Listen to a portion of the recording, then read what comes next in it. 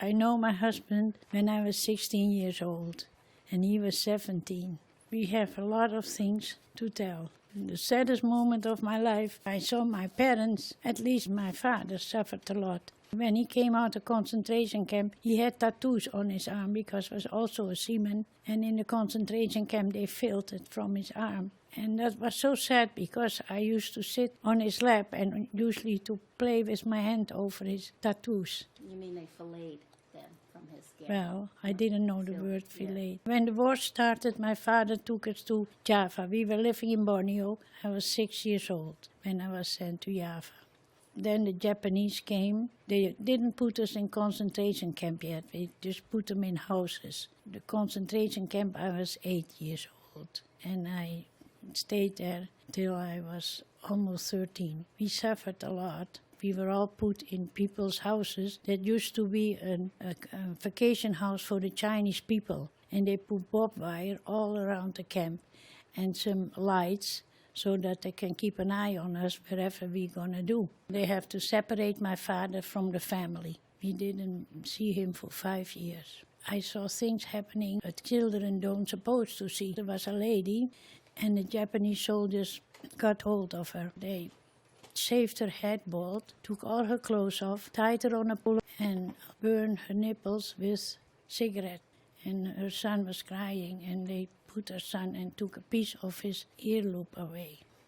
It was a tough time, but we all made it, and my mother and my brother, we prayed a lot, and I think that God heard us. And then I got malaria, and my mother waited till the night time, and she measured the light, how many seconds the light goes around. And she was dressed in black and she crawled. Because in our camp we have quinine trees. Quinine trees help you with your fever. So she got some leaves and she cut some barks and crawled back. The next day she cooked some tea from it. That helped me get well from my malaria.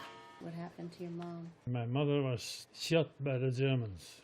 They were shooting at the crowd. My mother walked about 2 steps in front of me, and I was 11, and so the bullet that killed her went through my hair.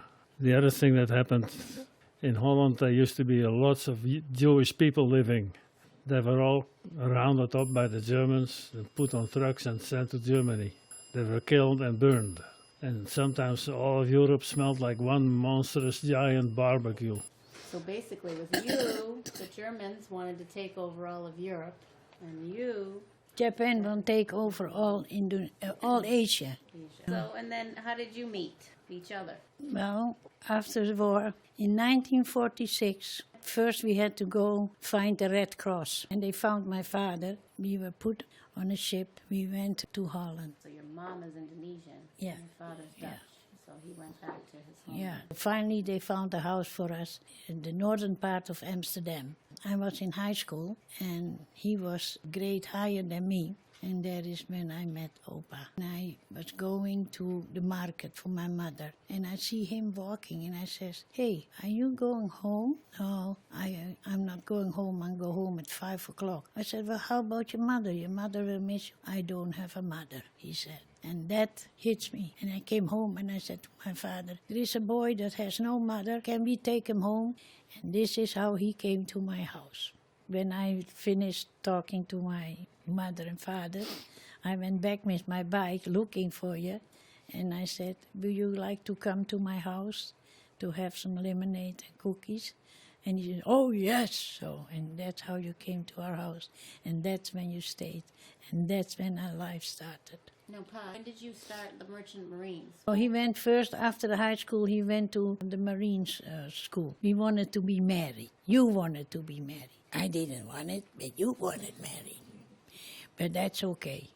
1960, he decided to go to emigrate to America because he visited America when he was in the Merchant Marine. I came in 1963, and then my mother got sick. My sponsor says, "I pay your ticket, and you stay with your mother a whole month."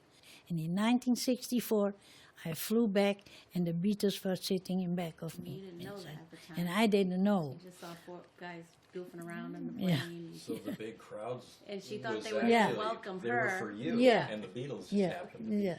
And I'm looking and I'm going, wow, all those people, and yelling and screaming, some of crying. But that was my, And then a couple days later, you saw them on the Ed Sullivan. yeah. And then she realized they were the ones on the plane with her. In America, we adopted 2 children. We married 63 years, so I hope that God will give us more life. But Yeah, we must have done something right. we did.